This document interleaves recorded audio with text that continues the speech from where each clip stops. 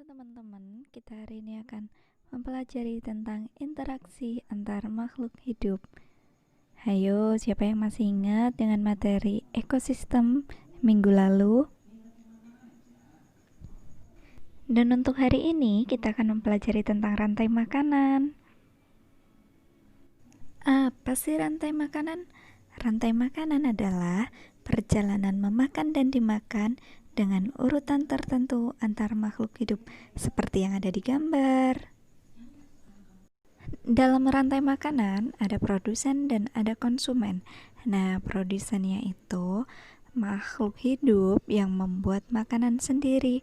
Contohnya rumput, pohon, itu membuat makanan sendiri dan disebut sebagai produsen. Amati gambar ya. Itu ada rumput yang membuat makanan sendiri. Nah, selanjutnya ada konsumen. Konsumen itu makhluk hidup yang tidak bisa membuat makanan sendiri. Di sini ada contohnya itu ada tikus dan ular. Ya sudah, ayo kita simak bagaimana proses konsumen satu bisa memakan produsen sampai dengan si jamur menjadi makanan bagi si produsen. Yuk, yuk, yuk, yuk, yuk, yuk. Ya, ini adalah konsumen satu. Siapa sih konsumen satu? Konsumen satu adalah herbivora. Herbivora adalah pemakan rumput. Ayo, amati gambar di atas. Siapa gambar tersebut? Iya, gambar tersebut adalah belalang. Belalang itu menjadi konsumen satu. Tikus juga menjadi konsumen satu yang memakan produsen atau memakan rumput. Nah, rumput ini nanti akan diolah menjadi energi bagi si konsumen satu. Oke, bagaimana nasib konsumen satu selanjutnya? Lanjut ya. Oke, sekarang kita ketemu sama ular. Iya, ini adalah gambar ular. Ular sebagai konsumen dua, karnivora. Nah, ular ini akan memakan konsumen tingkat satu. Siapa konsumen tingkat satu? Ya, konsumen tingkat satu ada tikus dan belalang. Nah, tikus dan belalang itu dimakan sama ular. Ih, takut ya. Nah, selanjutnya kita ketemu sama konsumen tingkat tiga. Kalau tadi ular itu memakan belalang sama tikus, nah ular juga dimakan siapa? Ayo, iya, ular itu akan dimakan sama elang. Oh, ternyata gini ya, rantai makanan itu saling memakan satu sama lain. Ada yang bisa nebak? Ini nanti elang akan dimakan sama siapa? Ayo, ada yang bisa nebak gak sebelum masuk ke slide selanjutnya? Ayo, ada nggak? Oke, kita masuk pada slide selanjutnya. Elang nanti akan mati. Mati dimakan siapa? Dimakan jamur atau pengurai.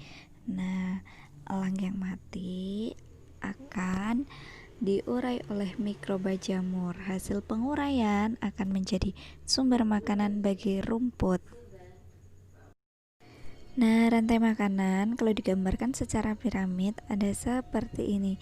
Produsen itu ada di bawah sendiri sebagai rumput. Kemudian selanjutnya ada konsumen satu, ada belalang sama tikus, dan ada ulat.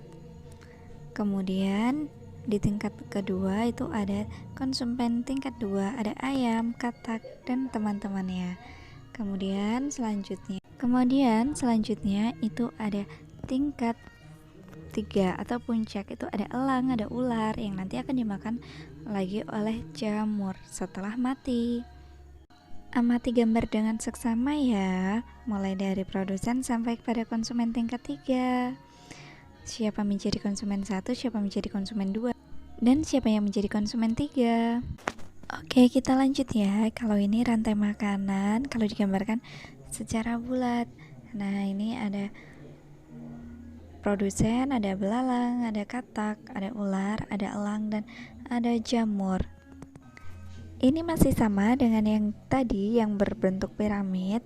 Ini hanya beda gambarnya aja.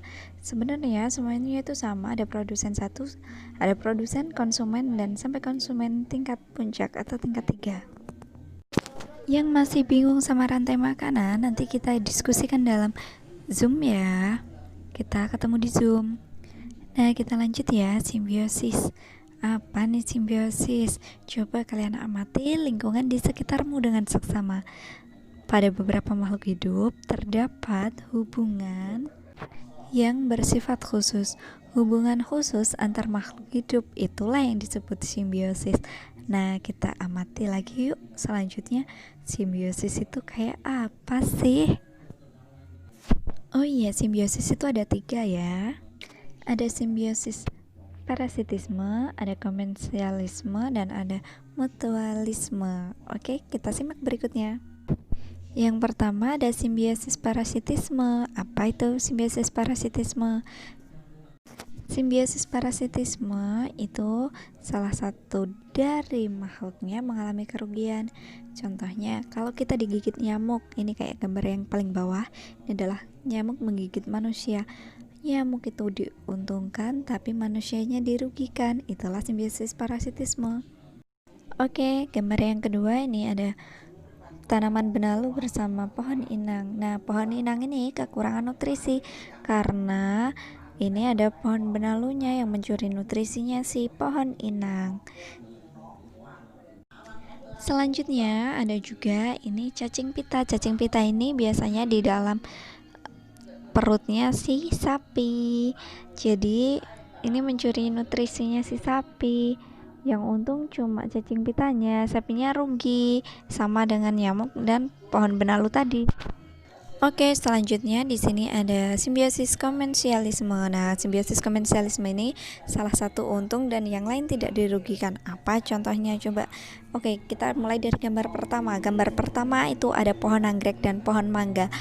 Anggrek itu untung karena bisa numpang hidup di pohon mangga. Tapi pohon mangga tidak dirugikan oleh pohon anggrek. Selanjutnya gambar kedua itu ada sirih. Daun sirih itu numpang hidup. Biasanya dia akan merambat di pohon utama, tapi pohon utama itu tidak dirugikan oleh sirih karena dia mencari makan sendiri.